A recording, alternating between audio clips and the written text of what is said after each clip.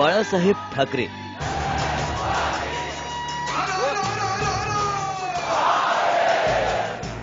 शिवसेना प्रमुख, हिंदू हृदय सम्राट. ना मला ते जय जयकार नको आहेत, ते हार नको, टेडे माळा काही नको मला. तुम्ही माझ्या हिंदूला आणि या हिंदुस्थानला जिवंत ठेवा, रसरशीत ठेवा. एक जाज्वल्य नेता.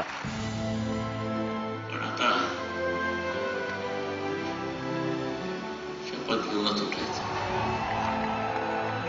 उत्स्फूर्त वक्ता. हा स्वाभिमान तुमचा जोपर्यंत जिवंत राहील तोपर्यंतच या देशाला काही चांगले दिवस येण्याची शक्यता आहे, नाही तर नाही, रसातळाला चाललंय.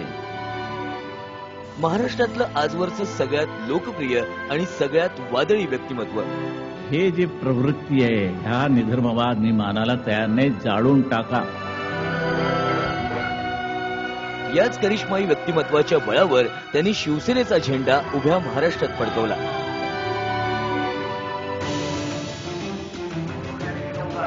पण या राजकीय वादळाची सुरुवात अर्ध्या शतकापूर्वी कुंचल्याच्या फटकाऱ्यांनी झाली. फ्री प्रेस सारख्या सुप्रसिद्ध पेपरातली नोकरी सोडून त्यांनी मार्मिक नावाचं झंझावाती साप्ताहिक सुरू केलं. ते 1960चं दशक होतं. महाराष्ट्र राज्याची मुंबईसह स्थापना झाली होती खरी, पण मराठी माणसामध्ये खतखत होती. कारण नोकऱ्यांमध्ये वर्चस्व होतं दाक्षिणात्यांचं. मराठी माणसांच्या असंतोषाला वाचा फोडली ती मार्मिकनं. पण ही व्यंगचित्र वाचून अस्वस्थ झालेल्या तरुणांना पुढे गरज होती ती एका व्यासपीठाची. सांगण्याचा धर्माची व्याख्या बदलली. धर्म कुठे आहे तो आम्हाला माहित नाही. आणि मग ज्या देशाला फादर नाही आणि मदर नाही त्याला स्पेनवरनं फादर आणावा लागतो. मदरचा पत्ता नाही. म्हणूनच बजाव पुंगी हटाव लुंगीचा नारा देत 19 जून 1966च्या दिवशी बाळासाहेबांनी शिवसेनेची स्थापना केली. बाळ केशव ठाकरे शिवसैनिकांचे बाळासाहेब बनले. रस्त्यावर राडा करण्यापासून ते स्थानीय लोकाधिकार समितीच्या माध्यमातून विधायक कामं करणाऱ्या हजारो शिवसैनिकांची पाहता पाहता फौजच उभी राहिली. 2च वर्षात ठाणे महापालिकेवर सेनेचा भगवा फडकला. मुंबईमध्ये राजकारणात काँग्रेसला आणि कामगार संघटनांमध्ये कम्युनिस्टांना शिवसेनेने सुरुंग लावला. अवघ्या वर्षभरातच या तरुण आक्रमक शिवसेनेने भारताची आर्थिक राजधानीही काबीज केली. अर्थात याला त्यावेळचे मुख्यमंत्री वसंतराव नाईक यांचा छुपा आशीर्वाद असल्याचाही आरोप झाला. कम्युनिस्टांच्या कामगार संघटना खतम करण्यासाठी बजाजांसारखे उद्योगपती शिवसेनेला खतपाणी घालतात असंही म्हटलं गेलं.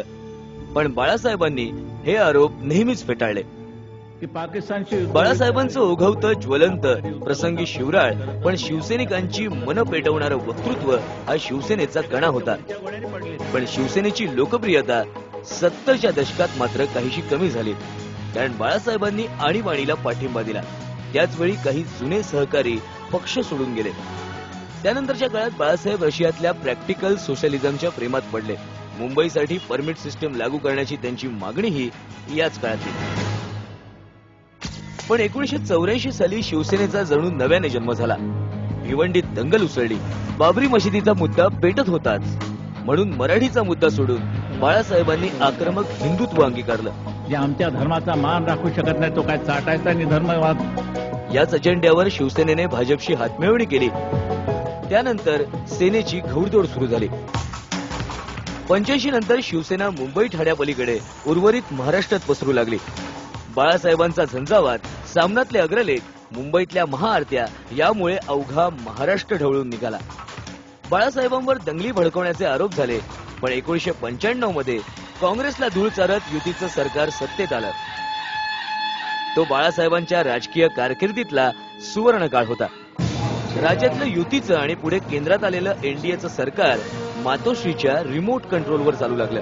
1 रुपयात झुणका भाकर देण्यापासून ते चकचकीत फ्लायओव्हर्स बांधेपर्यंत अनेक लोकप्रिय निर्णय घेतले गेले आणि त्याची अंमलबजावणीही झाली. पण 1999ला राज्यातली आणि पुढे 2004 साली केंद्रातली सत्ता गेल्यानंतर शिवसेनेला मात्र उतरती कळा लागली. सेना सोडून पुढे राष्ट्रवादीत गेलेल्या भुजबळांनी बाळासाहेब ठाकरेंना अटक केली. निवडणूक आयोगानं बाळासाहेबांना मतदान करण्याचा अधिकारही काढून घेतला. शिवसेनेत अंतर्गत वाद उफाळू लागले. नारायण राणेंसारख्या बड्या नेत्याची पक्षातून हकालपट्टी करावी लागली आणि काही दिवसातच बाळासाहेबांना सगळ्यात मोठा झटका बसला. उद्धवनं कार्याध्यक्ष केलं म्हणून नाराज झालेल्या राज ठाकरेंनी 2005 साली शिवसेनेला अखेरचा जय महाराष्ट्र केला. राजचा सेना सोडण्याचा निर्णय बाळासाहेबांच्या जिव्हारी लागला. तसं त्यांनी वेळोवेळी बोलूनही दाखवलं. 2009 सालच्या निवडणुका तर ठाकरे विरुद्ध ठाकरे अशाच लढल्या गेल्या. पुढे वयोमानानुसार बाळासाहेबांची तब्येत साथ देईनाशी झाली. पण प्रकृती फारशी चांगली नसतानाही त्यांनी 2011 साली दसरा मेळाव्याला उपस्थिती लावली. त्यानंतर बाळासाहेब नावाचं वादळ काहीसं मंदावलं. 2012 सालच्या दसरा मेळाव्यात त्यांची सीडी दाखवण्यात आली. त्यात त्यांची तब्येत कमालीची खालावलेली दिसत होती, पण त्यांच्या शब्दाची धार मात्र कायम होती. आपण मला सांभाळलं, मी तुम्हाला सांभाळलं. 5 दशकांपासून मराठी तरुणांच्या हृदयावर अधिराज्य गाजवणारे बाळासाहेब शिवसैनिकांचे अक्षरशः दैवत होते. जातीवादीच्या पलीकडे जाऊन त्यांनी सर्वसामान्य सैनिकांमधून असंख्य नेते घडवले. ते यारांचे यार होते. शरद पवारांपासून जावेद मियादाद पर्यंत आणि अमिताभ बच्चन पासून मायकल जॅक्सन पर्यंत त्यांचे अनेक मित्र होते. कठीण प्रसंगीही त्यांनी कोणाची साथ सोडली नाही. असा उमदा, दिलदार, कणखर, करारी, प्रतिभावंत आणि वादग्रस्त नेता महाराष्ट्रात क्वचितच पुन्हा होईल. बाळासाहेब ठाकरेंना IBN लोकमतची भावपूर्ण श्रद्धांजली.